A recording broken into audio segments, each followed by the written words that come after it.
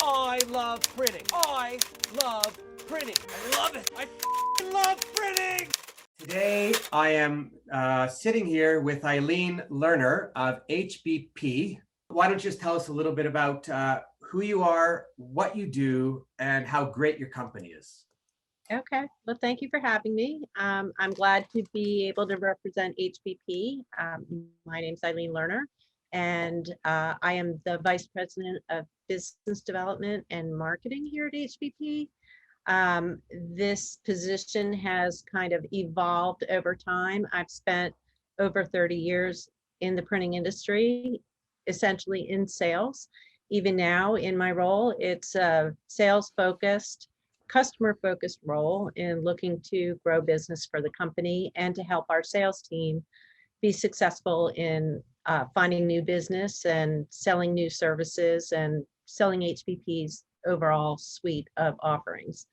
And I was with another company starting back in '89 that was acquired about a dozen years ago by HBP. So we've kind of merged in and continued to grow within HBP. Although we do have clients nationwide, but our core footprint is Mid-Atlantic area in the US. And we really, our philosophy and our production offerings really span from start to finish, from creative services and design all the way through all of the various print services, fulfillment, distribution, e-stores, really to take you from start to finish, design to distribution on any potential Marcom or any other project relating to print. Okay, so what don't you do? Well, there's not a lot, and we've really, continued to expand services really based on what our customers were needing and asking. Our approach has been, like I said, very client-centric, and we really, rather than selling print, we're really looking to provide solutions and really work as a partner with our customers, because we find less and less, 30 years ago, we had professional print buyers who knew all about print. That was their job. Well, over the past couple decades, that has evolved. No one is a professional print buyer. They have another job and they have to execute print as part of that. So HBP has adapted very early on in looking at how can we be a solutions provider, how can we be part of our customers' staff and culture, and then wrap our products around their pain points and their objectives.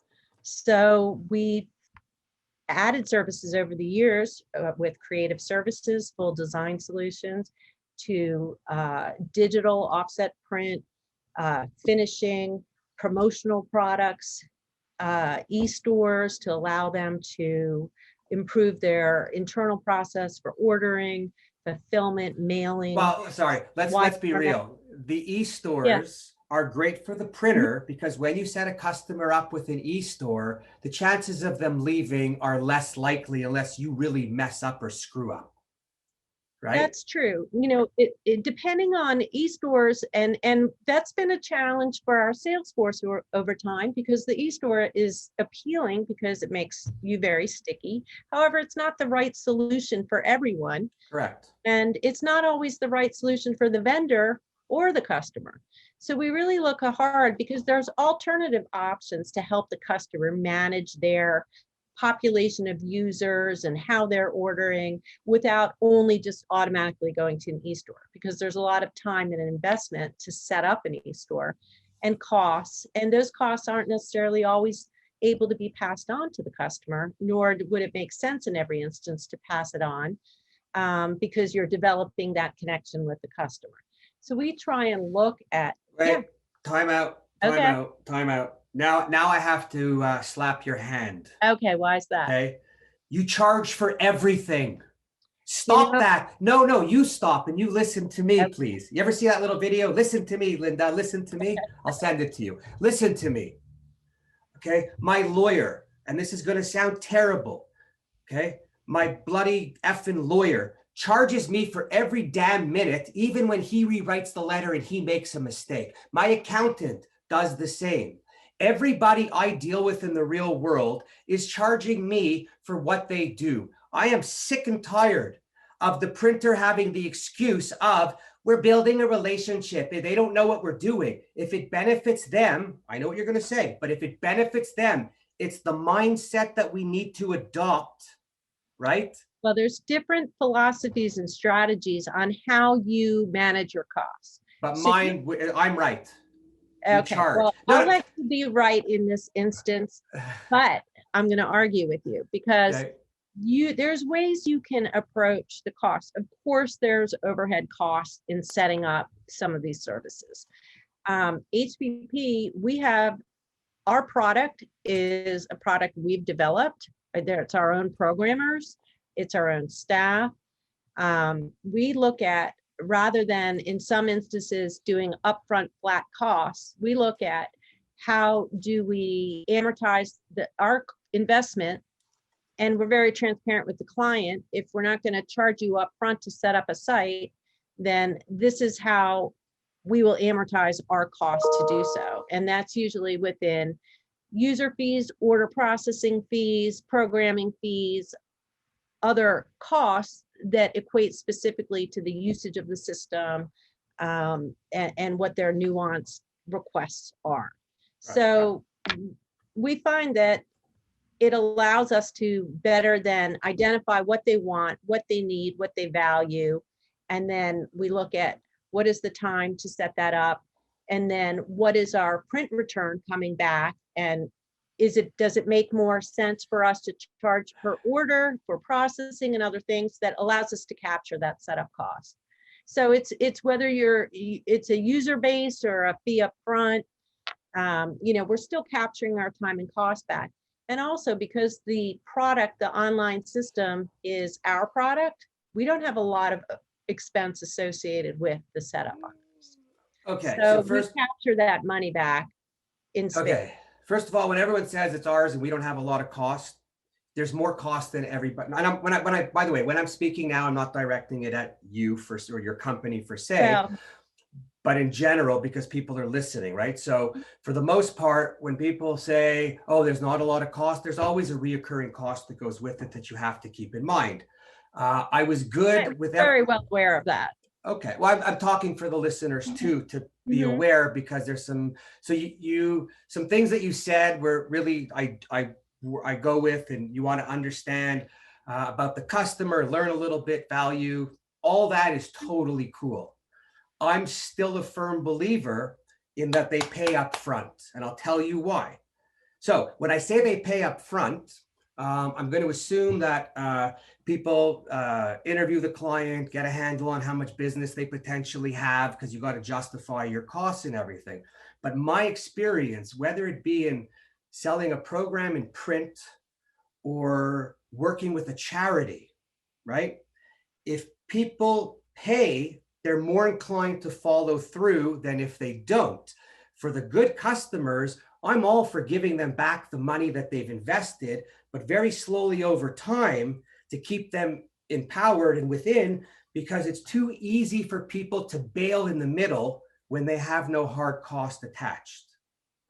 I understand what you're saying with that. And we don't offer, part of these is part of our negotiation and establishing our ongoing agreement with the customer. And, we include service contracts with that, master services agreements, other things, so that there's investment on both sides. Okay, cool. And that's the really important thing. Not something you want to throw out.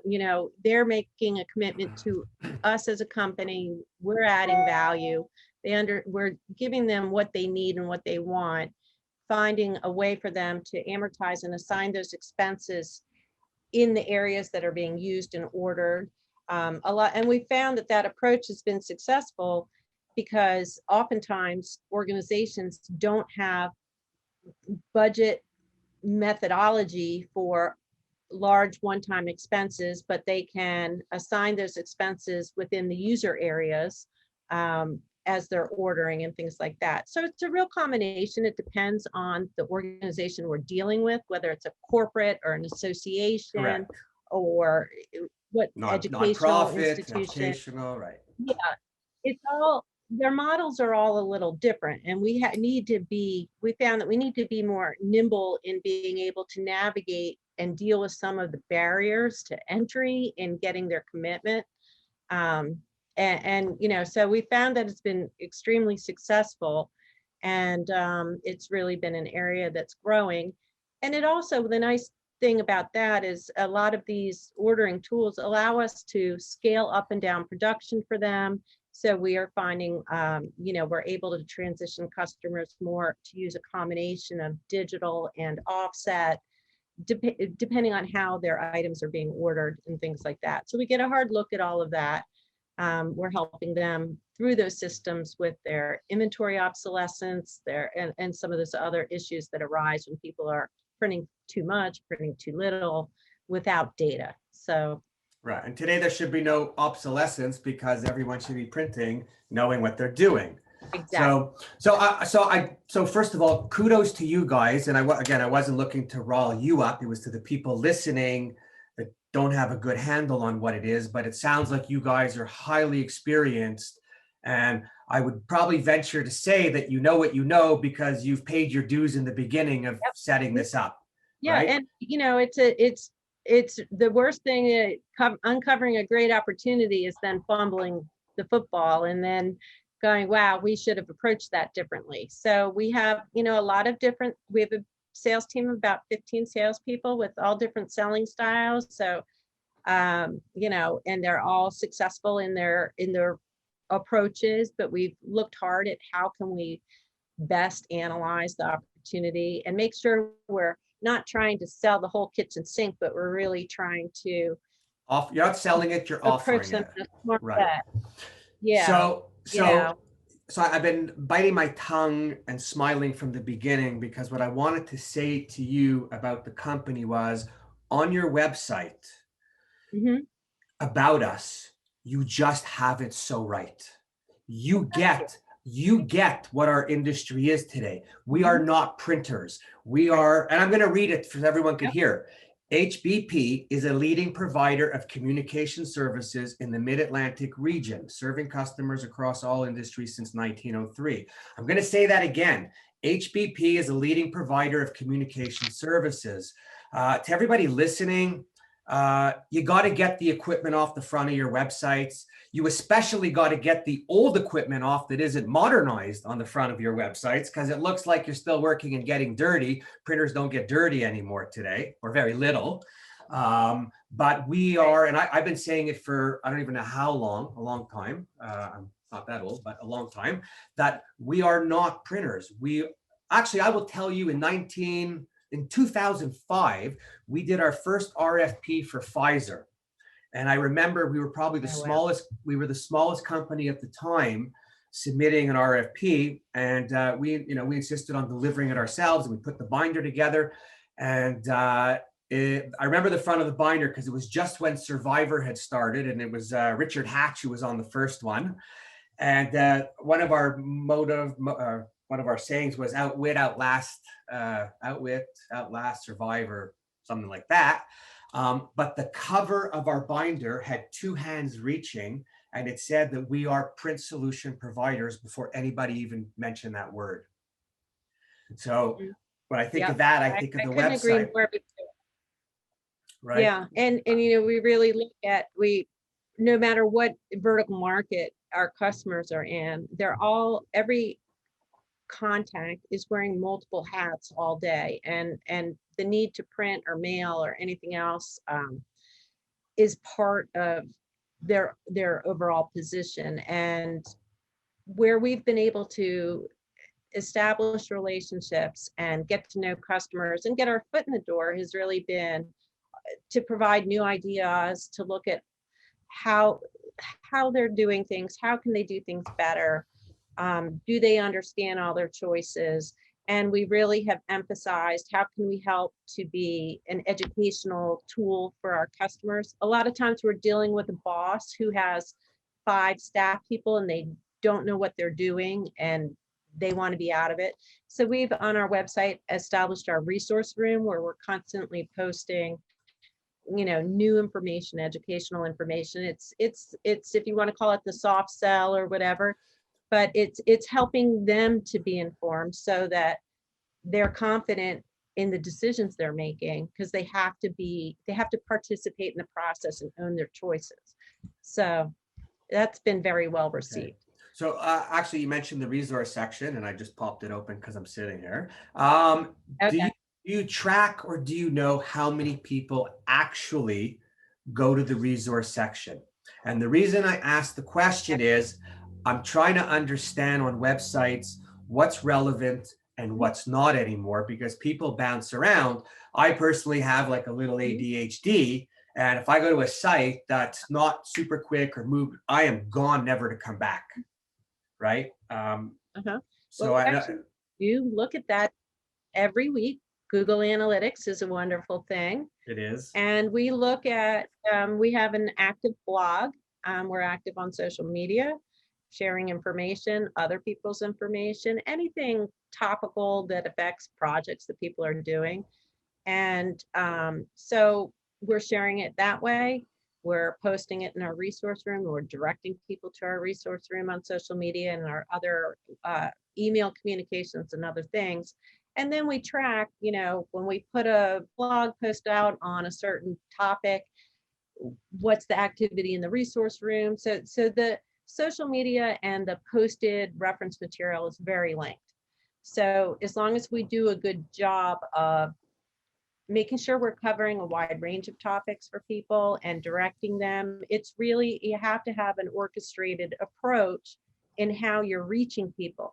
If you're not reaching out, you can hang all the things you want on your website. Correct. And no, it's the tree that fell in the forest.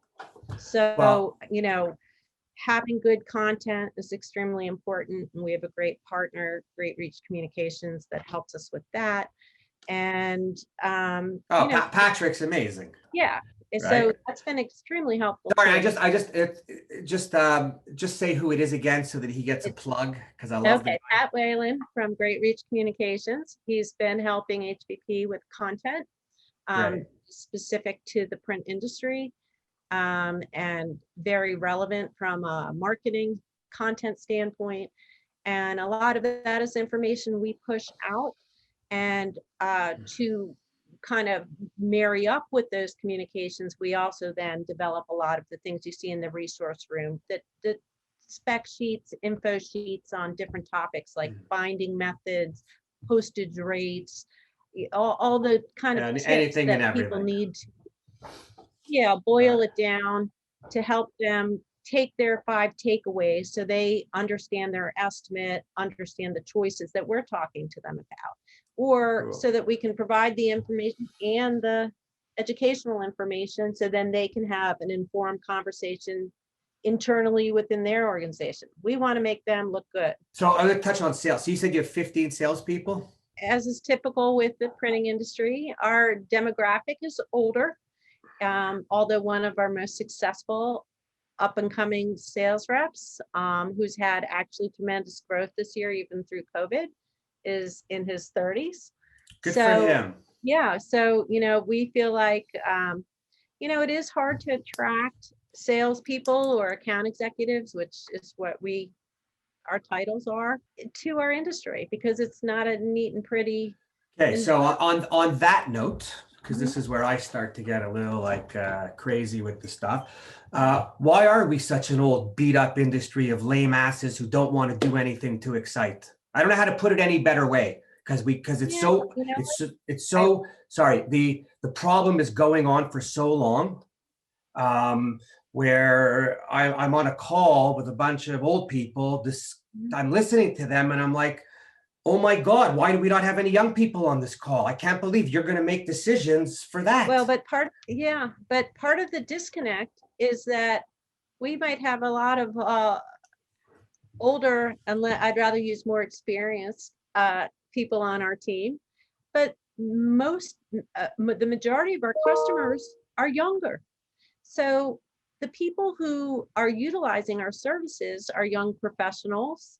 They're not nearing retirement, as that's not our most typical demographic of our customer. So why is it that they have a hand in purchasing our services and interacting with us in one demographic, yet we can't find people to be on our side of the service fence? You want me in to that tell you demographic? why? You want me to tell you why? Sure. Because a lot of the print companies don't make it fun, don't make it enjoyable, and don't make it sexy.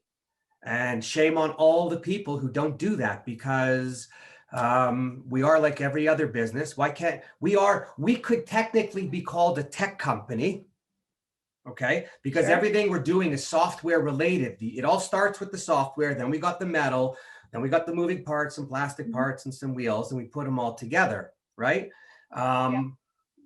Do you guys have a 5 o'clock cocktail at the end of the day on a Friday? We actually do. Okay, good. And the one thing I really I love working at HBP. We've got a great team. Everybody, we've got a real diverse team in where they are, their families, their outside interests, things like that. We have longevity. People stay. People have been here 20, 30 years, not because they don't have other options. They've been extremely successful. And really, it's very family oriented in its feel.